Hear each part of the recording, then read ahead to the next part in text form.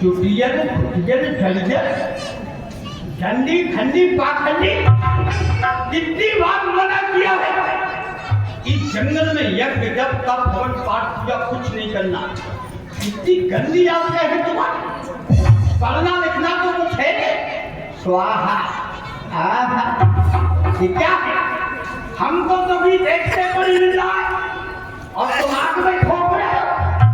भारतीय संपत्ति को जला करके नष्ट कर रहे हो क्या है? अरे दोस्तों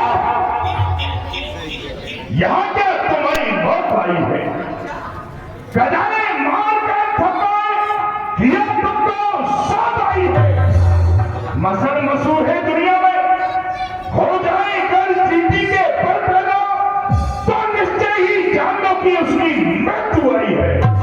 तुम्हें मारने वाला हो गया रघुवंश में पैदा उन्हीं के हस्त कमलों से तुम्हारी मृत्यु आई है। अरे बाबा हमको मौत की धमकी दे रहे हमको मौत से डरवा रहे। अरे हम किसी से डरने वाले नहीं है बाबा। अरे बाबा क्यों बेकार की बकबक लगाई है और जिस मौत की हमको धमकी देते हो ऐसी मौत तो हमने रात में भी दिखाई है और हमको रघुवंशियों की धमकी दे रहे हो। सुनो हम तुम्हारे रघुवंशी हम तुम्हारे चंद्रवंशी हम तुम्हारे यदुवंशी हम तुम्हारे भगवंशी हम तुम्हारे जाने कौन कौन बंशी सबकी ऐसी बंसी बजाऊंगा। एक हाथ में लोटा दूसरे में सोटा और बगल में लगोटा और भागते हुए नजर आओ। अरे भूत क्यों व्यर्थ में मरना चाहता है? मैं तुझे श्राप देकर के यही बस कर सकता हूँ। अरे चलो बाबा बेकार की बातें मत करो। तिलक लगा के जटा बना के बाबा जी कहलाते हो तो दुनिया के भोले भाले लोगों को उल्लू फूक बनाते हाथ देखकर कान फूक कर चेला फूक बनाते तो गांजा सल्फा पी पी कर माल गुटखा खाते हो। बंद करो हमारी सेना आ गई है।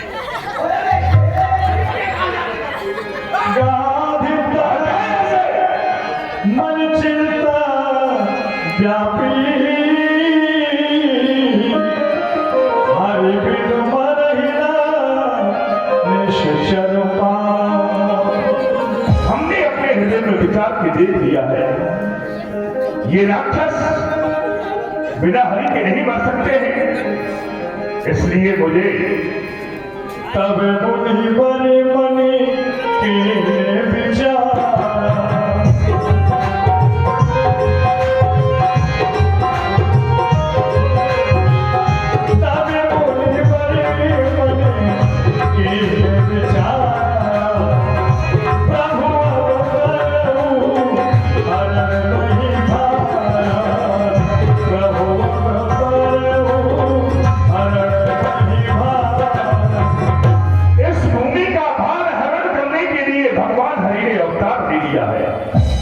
क्यों ना ऐसे समय पर जाकर के मैं उनके दर्शन करूं और दर्शन करके उनको अपने साथ लेकर के आऊं और इन साथियों का वध करूं।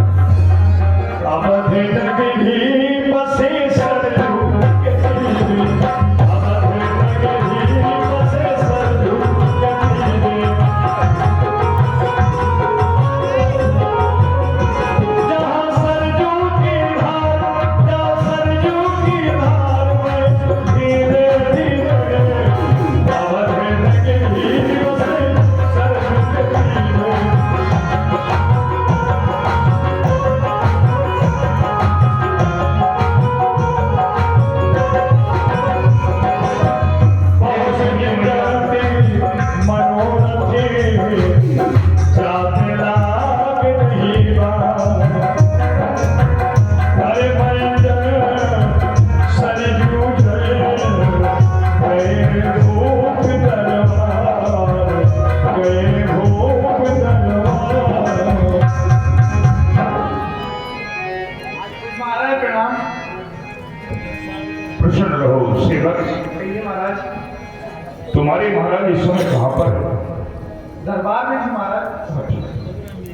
जाकर के हमारा संदेश कह दो।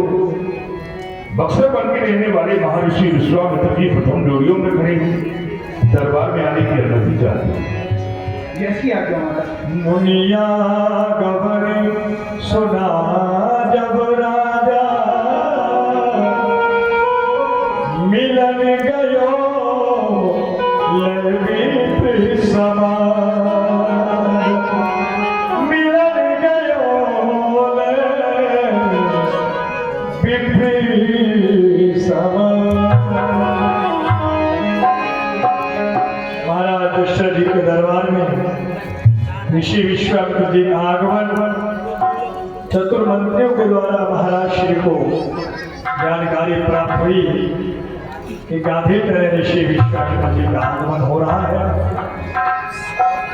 बोलो दशरथ जी महाराज की जय। महाराज के जीवन की जय जयकार हो महाराज। अयोध्या गणेश की जय हो।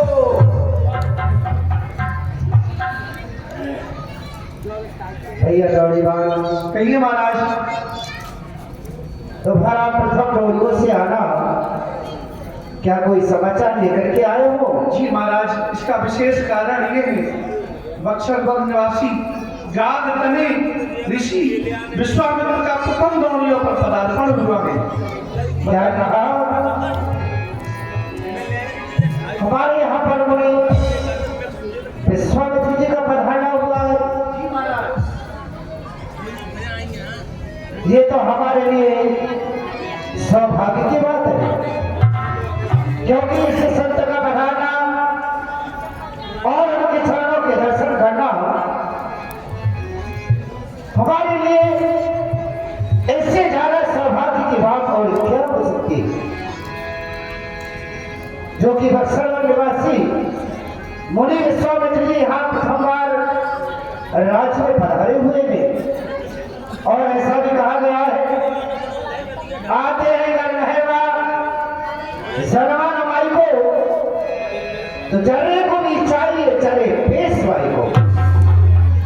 संत मिलन को चाहिए तज माया अभिमान जो जो पद आगे रखूं कोटन यज्ञ समान।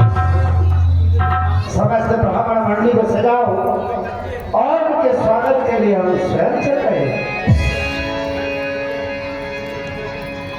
मिलन गयो विप्रो समान। गुरुदेव, मैं करता हूँ प्रणाम। ईश्वर बढ़ाए तुम्हारे तेज और प्रताप को, कल्याण हो। आसन ग्रहण कीजिए नमस्कार। यही कारण गगन तुम्हारा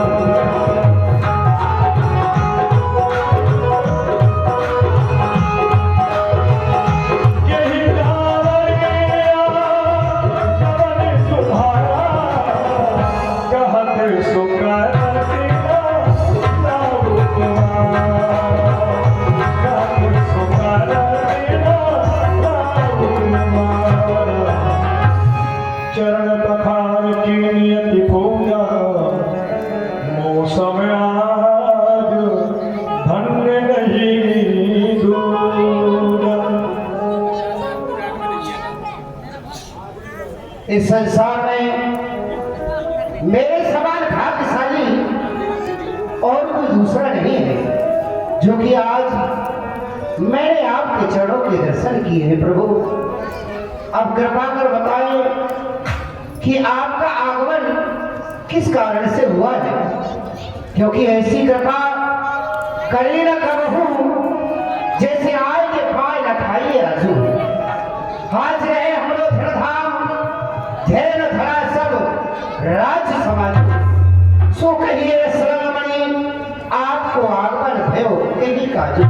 इस कारण से आपका आगमन हुआ। आसुरी समूही सतावे मोही मैया आयो न पुतोही। राजा, सबसे प्रथम तो तुम मुझे ये बताओ कि हमारे अचानक आने से तुम्हारे राज्यकाल में कोई बाधा तो नहीं उत्पन्न हुई, तुम्हारे हृदय में कोई कष्ट तो नहीं हुआ। प्रभु, आपके राज्य में पधारने से अरे मैं धन्य हो गया हूं, क्योंकि आपका दर्शन इन आंखों का मनीरा हो गया।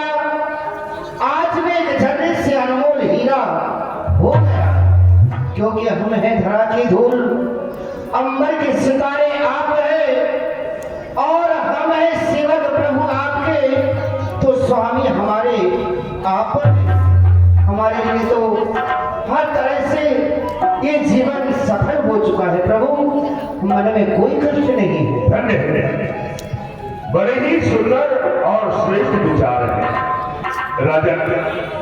जैसा कि तुम्हारा संसार में नाम गूंज रहा है, तुम्हारे पूर्वजों ने धर्म के लिए अनेकों कष्ट सहन किए,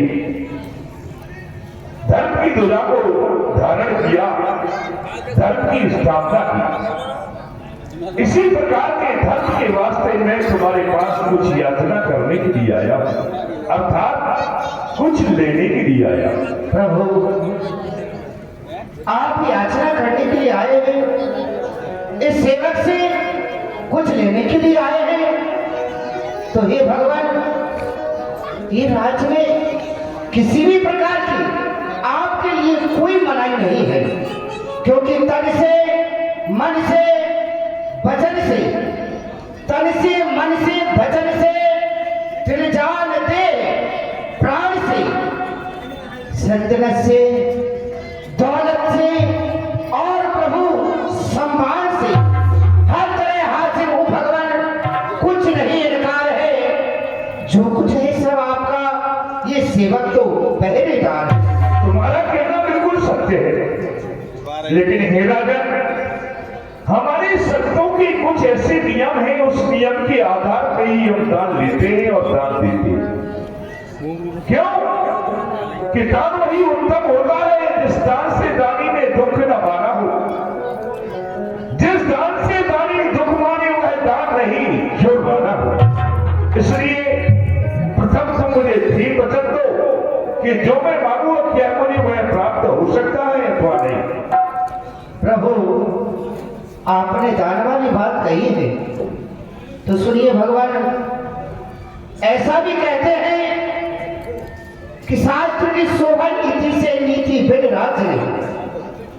स्त्री की शोभा लाज से है, फिर महिला जिसमें लाज नहीं, क्योंकि ब्राह्मण की शोभा ज्ञान से है, क्षत्रिय की शोभा शस्त्र से है और शरीर की शोभा हाथ से है, इन हाथों की शोभा दान से।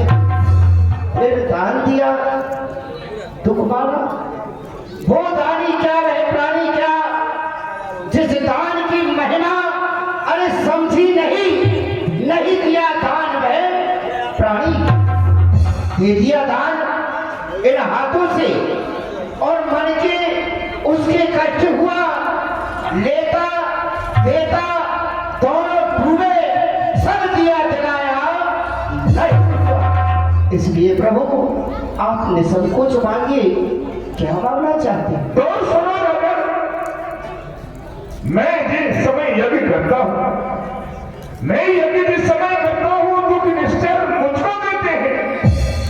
पूजा सामग्री हवन को सब प्राप्त कर देते हैं। असुरों के अत्याचारों से बेपाया और घमाया हुए रक्षा सहायता दो चीजें तुमसे लेने आया हूं। प्रभु, आपने दो शब्द संबोधित किए हैं, रक्षा और सहायता। रक्षा शब्द ऐसा है कि वो पास से ही पूरा किया जा सकता है, क्योंकि रक्षा पास से ही होती है, और सहायता शब्द ऐसा है कि उसे दूर से भी पूरा किया जा सकता है। तो भगवान, आप रक्षा कैसे चाहते हैं और सहायता कैसे चाहते हैं? सुनना चाहते हैं तो सुनो। रक्षा रूपी राम